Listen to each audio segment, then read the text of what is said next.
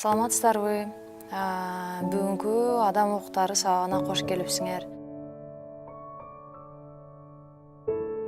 Адамдын эркиндикке болгон укугу. Убакыт өткөн сайын адамдын эркиндикке болгон укугу да өнүгүп, колдонуу чөйрөсү дагы өзгөрүп, Француз революциясынан соң Француз укуктар декларациясы 18-кылымдарга ортодо чыгат.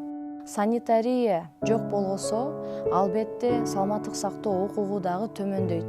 Адамдын сот отурумдарына болгон укугу бул эң негизги адам укуктары болуп эсептелинет.